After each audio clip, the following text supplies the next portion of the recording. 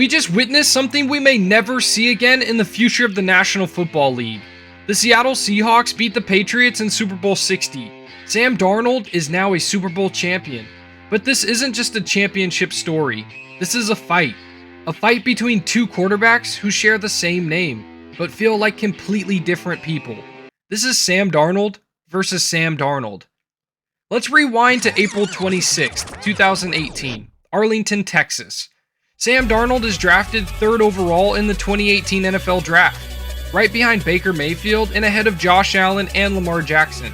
He was supposed to be the savior of the New York Jets. Instead, he went 13-25 in 3 statistically rough seasons under Todd Bowles and Adam Gase. Chaos, turnovers, inconsistency. Development stalled before it ever really began. That version of Sam Darnold was completely overwhelmed by the NFL. He was traded to Carolina for a minimal return, he played sparingly, and he was cast aside again while the Panthers prepared for Bryce Young. At that point, the league had already decided who Sam Darnold was. But then something changed. He landed in San Francisco. Kyle Shanahan, Brock Purdy, structure, preparation, discipline. Even though he only started 1 game for the 49ers, Darnold later said he learned how to truly prepare, how to see the game differently. The old Sam Darnold relied on talent. The new Sam Darnold began learning how to survive. Then came Minnesota. He was signed to compete with first-round rookie J.J. McCarthy. And when McCarthy tore his meniscus in training camp, the Vikings publicly backed Sam Darnold. The league laughed. They thought the Vikings were finished. Instead, Darnold threw for over 4,300 yards, 35 touchdowns, and only 12 interceptions. He finished 10th in MVP voting, and he led Minnesota to a 14-3 record. This was a quarterback who had a career 21-35 record entering that season alone. He became the first quarterback in NFL history to win 14 games in his first season with a team. But even then, critics credited Kevin O'Connell, Brian Flores, Justin Jefferson, Jordan Addison, Aaron Jones. They didn't give Sam Darnold the credit he deserved. And maybe they still saw the old version. Minnesota let him walk. Seattle signed him to a modest 3-year, $100 million deal after trading Geno Smith to the Raiders.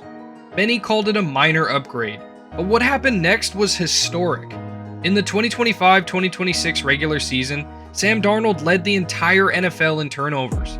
He threw 14 interceptions, which was 3rd most in the league behind Geno Smith and Tua Tagovailoa, and he fumbled 11 times. It was the most in the NFL. This was the only statistical category he led the league in. The old Sam Darnold was still there. But then the playoffs started, and something flipped. The Seattle Seahawks became the first team in NFL history to win a Super Bowl without committing a single turnover in the entire postseason. 0. After committing 28 total turnovers during the regular season, which was good for the 2nd most in the entire NFL behind only the Vikings, they played flawless football in January and February. That transformation doesn't happen by accident. Mike Macdonald, Clint Kubiak, a disciplined game plan, Kenneth Walker protecting the football, and a defense playing championship-level football. And finally, a quarterback who understood exactly what he needed to be. Not a hero, not a gunslinger, just precise, just composed, and just clutch. Seattle finished the postseason with the 4th highest point differential in playoff history, plus 55 points, trailing only the 2000 Ravens, 2002 Buccaneers, and the 2024 Eagles. Sam Darnold didn't just manage games, he elevated when it mattered most. He is now the only quarterback in NFL history to win a Super Bowl starting for his 5th NFL team. He is also the 5th quarterback ever to start a Super Bowl in his first season with the team, joining Matt Stafford, Tom Brady, Jake Delhomme, and Trent Dilfer. He's the only quarterback ever to win 14 or more games in back-to-back seasons with different teams. Darnold is also now one of only 2 quarterbacks, alongside Tom Brady, to have 14 or more wins in consecutive seasons, regardless of the teams. He's also the first USC quarterback to ever start and win a Super Bowl, and the first quarterback from the loaded 2018 draft class to start and win a Super Bowl.